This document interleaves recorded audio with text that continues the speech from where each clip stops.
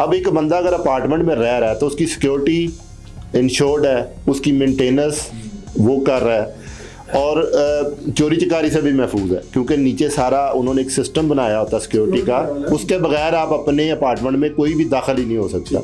वो इसलिए डरते हैं कि क्योंकि रजिस्ट्री जो होती है वो एक ज़मीन की होती है। जब इसमें 20 फ्लोर बन जाते हैं, खुदा न खास्ता कोई जंजला आए, कोई हादसा पेश आ जाए, वो बिल्डिंग ज़मीन बोझ हो जाए, अल्लाह ना करे, तो वो किस तरह क्लेम करेगा कि मेरा जो फ्लैट था वो कौन से फ्लोर में था और किस तरह का था? वो तो जब स्टेप वाइज बनेंगे तो उसकी बारी आएगी। अब बिल्डिंग इसलिए नहीं बनाई जाती कि वो गिर जाएगी कल को जाके।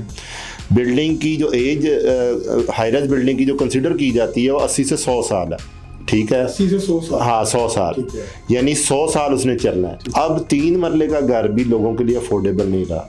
जब वो अफोर्डेबल नहीं रहा तो अल्टीमेटली उनको अपार्टमेंट में जाना पड़ेगा। आम घर है जो आप बनाते हैं और उसमें कॉस्ट ऑफ लिविंग ज़्यादा होती है और कॉस्ट ऑफ कंस्ट्रक्शन भी ज़्यादा होती है। अस्सलाम वालेकुम, दस्तक पॉडकास्ट में आपको खुशामदीद कहते हैं। नाज़रीन, आज का पॉडकास्ट बहुत ही दिलचस्प है पाकिस्तानी आवाम के लिए, ख़ासकर वो लोग जो घर लेना चाहते हैं उनके लिए मसले मसाइल हैं। अपार्टमेंट में लें, कहाँ लें, किस तरह लें, अगर घर बनाना है, प्लॉट लिया हुआ है तो उसको तमीर कैसे किया जाए, क्या उसका तरीक़ाकार है, ठेकेदार के पास जाएं या इंजीनियर के पास जाएं। ये तमाम मौज़ूआत पर बात करने के लिए हमारे साथ लुकमान खान साहब मौजूद हैं। इनके लेवल के पाकिस्तान में 5 इंजीनियर्स मौजूद हैं। आपने वो लफ्ज़ सुना होगा ठेकेदार, लेकिन अब ये तमाम जो काम है ये तरक्की करते जा रहे हैं, लोगों के अंदर शाऊर आ रहा है। आप जब भी गाड़ी में जाते हैं तो आपको बड़ी बड़ी बिल्डिंगें नज़र आती हैं, तो तकरीबन जो पाकिस्तान में बड़ी से बड़ी बिल्डिंग है वो अगर आप देखेंगे तो उसमें कहीं ना कहीं काबिज़ जो है वो लुकमान साहब की है। वो उसमें अपना जो है ना वो हिस्सा अदा करते हैं। ये इंजीनियर हैं और सिविल स्ट्रक्चरल इंजीनियर हैं इन्होंने। और ये मैं आपको बताता चलूँ कि बेसिकली इनका 20 साल का तजर्बा है। ये जितनी भी हाईएस्ट आपको बिल्डिंगें नज़र आती हैं ये बेसिकली बनना काम नहीं होता, इसके लिए एक बड़ी जो होती है ना स्ट्रक्चर बनाया जाता है कि ज़लज़ला आए तो इसको कैसे बचाया जाए, सुनामी आए तो कैसे बचाया जाए, और तमाम जो मौज़ूआत हैं आज उस पर बात करेंगे और इनसे तमाम जो आपके सवालात हैं आपके जहन में हैं वो उस पर बात करेंगे। अस्सलाम वालेकुम सर, बहुत शुक्रिया आपके कीमती टाइम का। सर कैसे हैं आप? जी अच्छा सर, मुझे बताइएगा कि सबसे पहले तो आपका तारुफ मैं करवा चुका हूँ कि 20 साल आपका तजर्बा है और तकरीबन 20 से ज़ायद जो बड़ी बिल्डिंगें हैं जो हमें नज़र आती हैं गाड़ी में जाते हुए, उनमें कहीं ना कहीं काविशें आपकी हैं नज़र आती हैं। सर सवाल ये है कि लोग लैंडस्केप ज़मीन ख़रीदना चाहते हैं, लेकिन उसके ऊपर जब लागत की बात आती है तो बड़े पैसे लग जाते हैं। सिंगल स्टोरी बनाएंगे तो ज़्यादा खर्चा है, डबल स्टोरी बनाएंगे तो उससे ज़्यादा खर्चा है। अब लोग अपार्टमेंट की तरफ मूव क्यों नहीं हो रहे? क्योंकि अगर कराची की बात की जाए तो पॉपुलेशन बहुत ज़्यादा है, लोग अपार्टमेंट पे रहना के आदी हो गए हैं। तो पाकिस्तान में इन फ्यूचर क्या लोग इस तरफ जाएंगे या लैंडस्केप की तरफ ही रहेंगे? देखें जी, मैं आपकी जो आपने इंट्रो दिया उसमें मैं 1-2 चीज़ें ऐड करना चाहता हूँ। बिल्कुल। पहले तो मैं आपको बता दूं कि जो बिल्डिंग होती है ना उसके सबसे पहले जो उसका स्टेप होता है वो डिज़ाइन का होता है।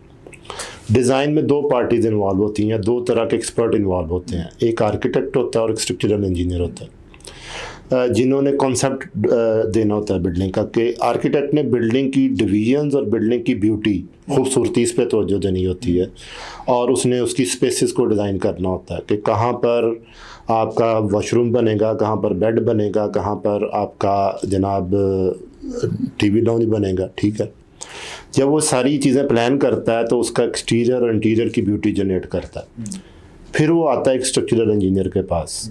मैं बाय प्रोफेशन एक स्ट्रक्चरल इंजीनियर हूँ। मैंने बीएससी सिविल की है और एमएससी स्ट्रक्चरल इंजीनियरिंग की हुई है।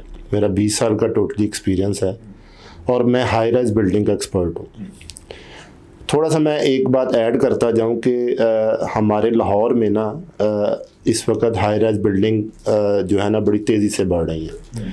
कराची में ये ट्रेंड बड़े अरसे से आ चुका हुआ है, जबकि लाहौरिये जो लाहौर हैं, चूँकि यहाँ पे ज़्यादातर लोग जो हैं वो पंजाब गांव वगैरह के बैकग्राउंड के हैं, तो वो जब लाहौर में आते हैं तो उनको एक खुली स्पेस चाहिए होती है। वो जो खुली स्पेस चाहिए होती है उसमें वो एक लॉन भी मांगते हैं, एक ओपन टेरेस भी मांगते हैं, उसके अंदर एक खुला बेडरूम भी मांगते हैं, ठीक है। वो उनकी ओरिएंटेशन नहीं है कि वो अपार्टमेंट्स में रह सकें। तो वो अब जब लोग लाहौर में धड़ाधड़ हाउसिंग सोसाइटीज़ बन रही हैं तो हॉरिजॉन्टल लैंड ख़त्म हो गई हुई है। यानी कि जितनी लाहौर के इर्द गिर्द में जितनी हॉरिजॉन्टल लैंड दस्तयाब थी उसमें किसी ना किसी जगह पर सोसाइटीज़ बन गई हुई हैं। बिल्कुल ऐसी है। अच्छा, अब एक आम बंदे की पहुंच में 3 मरले का घर भी नहीं रहा। यानी किसी ज़माने में जो कटिंग होती थी वो 5 मरले की होती थी। अब जो कटिंग मार्केट में आ गई है वो 3 मरले की आ गई, क्योंकि इससे पहले आज से 3-4 साल पहले 3 मरले की कटिंग नहीं होती थी। अब 3 मरले का घर भी लोगों के लिए अफोर्डेबल नहीं रहा। जब वो अफोर्डेबल नहीं रहा तो अल्टीमेटली उनको अपार्टमेंट में जाना पड़ेगा। जब आप अपार्टमेंट में जाएंगे तो फिर हाई राइज बिल्डिंग वजूद में आएंगी। इस वक्त बहरिया टाउन में, DHA में, आपके इत्तेहाद टाउन में, अलकबीर टाउन में बड़ी तेज़ी से हाई राइज बिल्डिंग्स बन रही हैं। अच्छा सर, यहाँ मैं सवाल ऐड करना चाहूँगा कि लोग अपार्टमेंट लेने से डरते हैं। वो इसलिए डरते हैं कि क्योंकि रजिस्ट्री जो होती है वो एक ज़मीन की होती है। जब इसमें 20 फ्लोर बन जाते हैं, खुदा न खास्ता कोई जंजला आए, कोई हादसा पेश आ जाए, वो बिल्डिंग ज़मीन बोझ हो जाए, अल्लाह ना करे, तो वो किस तरह क्लेम करेगा कि मेरा जो फ्लैट था वो कौन से फ्लोर में था और किस तरह का था? वो तो जब स्टेप वाइज बनेंगे तो उसकी बारी आएगी। देखें, जो हाई राइज बिल्डिंग होती है ना, जब तक ये पूरी नहीं बन जाती बंदे को पोजेशन नहीं मिलता, यानी उसमें रहने की इजाज़त नहीं मिलती।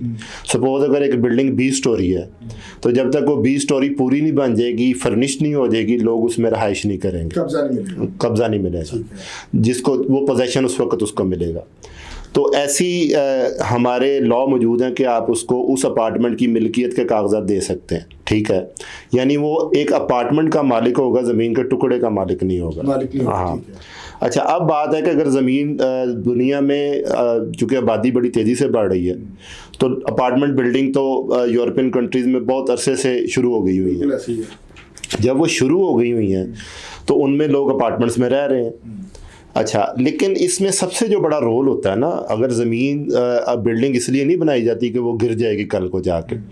बिल्डिंग की जो एज हाई राइज बिल्डिंग की जो कंसिडर की जाती है वो 80 से 100 साल है, ठीक है। 80 से 100 साल? हाँ, 100 साल, यानी 100 साल उसने चलना है। ठीक है। अब 100 साल के दौरान जितने भी हवाएं आएंगी, जितने ज़लज़ले आएंगे, जितना वेदरिंग इफेक्ट होगा, बारिश वगैरह, और जो बंदा उसको डिज़ाइन करेगा और जो उसको कंस्ट्रक्ट करेगा उसने ये सारी चीज़ें मद्देनज़र रखनी है। वो जवाबदेह भी है जी, वो जवाबदेह, ऑफ कोर्स जवाबदेह। मैं बीइंग ए स्ट्रक्चरल इंजीनियर, जब हम बिल्डिंग डिज़ाइन करते हैं तो हम 100 ईयर के लिए डिज़ाइन करते हैं, ठीक है, 100 साल के लिए डिज़ाइन करते हैं। जब हम उसको हम ये कंसिडर करते हैं कि इसमें इतनी ताकत होनी चाहिए कि अगर एक ज़लज़ला आ जाए उसको भी बियर करे, 10 साल बाद आया उसको भी बियर करे, 20 साल बाद आया उसको भी बियर करे, 80 साल बाद आया उसको भी बियर करे।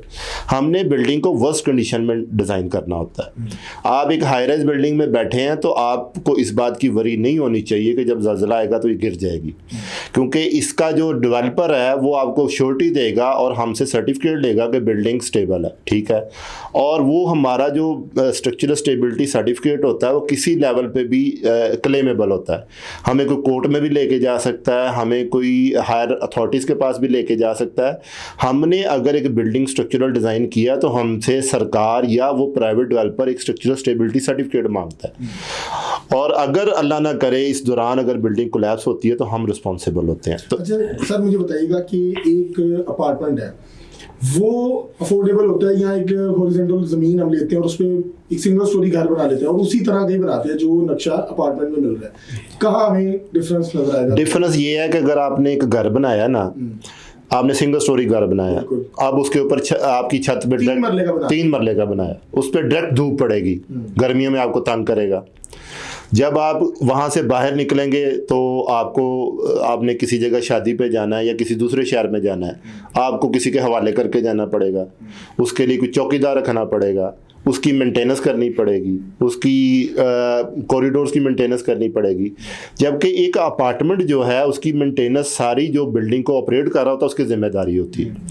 अब तो ये जदीद दौर आ गया कि आप क्या करेंगे कि आप नीचे से जाएंगे और आप लिफ्ट में अपना कार्ड पंच लगाएंगे, साथ में एक डिवाइस होता है, तो वो आपको फिर लिफ्ट चलेगी और वो आपको मुतलका फ्लोर पे लेके जाएगी, और वहाँ पे आप कार्ड अपने अपार्टमेंट के बाहर फिर लगाएंगे तो आप अपार्टमेंट में एंटर हो सकेंगे। अब एक बंदा अगर अपार्टमेंट में रह रहा है तो उसकी सिक्योरिटी इंश्योर्ड है, उसकी मेंटेनेंस वो कर रहा है, और चोरी चकारी से भी महफूज है, क्योंकि नीचे सारा उन्होंने एक सिस्टम बनाया होता है सिक्योरिटी का, उसके बगैर आप अपने अपार्टमेंट में कोई भी दाखिल ही नहीं हो सकता। अगर आप एक अपार्टमेंट के ऑनर हैं तो आप एक कार्ड के जरिए जा रहे हैं, अगर वो कार्ड किसी और के पास नहीं हो सकता।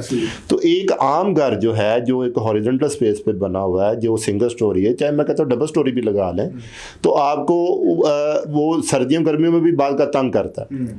सबसे बड़ा जो फैक्टर है वो कॉस्ट है, कॉस्ट ऑफ लिविंग है। यही मेरा सवाल। हाँ, अपार्टमेंट में कॉस्ट ऑफ लिविंग कम होती है, और जो एक आम घर है जो आप बनाते हैं और उसमें कॉस्ट ऑफ लिविंग ज़्यादा होती है, और कॉस्ट ऑफ कंस्ट्रक्शन भी ज़्यादा होती है। यानी अगर आप एक 3 मरले का घर बनाएं तो प्लॉट मिलेगा आपको 50-60 लाख रुपए का अच्छी सोसाइटी में, कुछ 70-80 लाख रुपए ऊपर लग जाएगा, तो आपका कुछ 1.25 करोड़ में 3 मरले का घर पड़ेगा। और वही अपार्टमेंट अगर 3 मरले का आप लेते हैं तो आपको वो 70-80 लाख रुपए में पड़ेगा। ठीक है, कम आएगा। हाँ, कम आएगा, क्योंकि उसमें आप अपनी फैसिलिटीज़ और यूटिलिटीज़ को शेयर कर रहे होते हैं दूसरों के साथ। यानी घर में तो आप सारी चीज़ें, अगर आपने लाइट जलाई तो अपने लिए जलाई, आपने एसी चलाया तो अपने लिए चलाया, जबकि आप एक जो इज्तिमाई चीज़ होती है वो आमतौर पे आपको सस्ती पड़ती है। ये मेरा सिर्फ यहाँ पे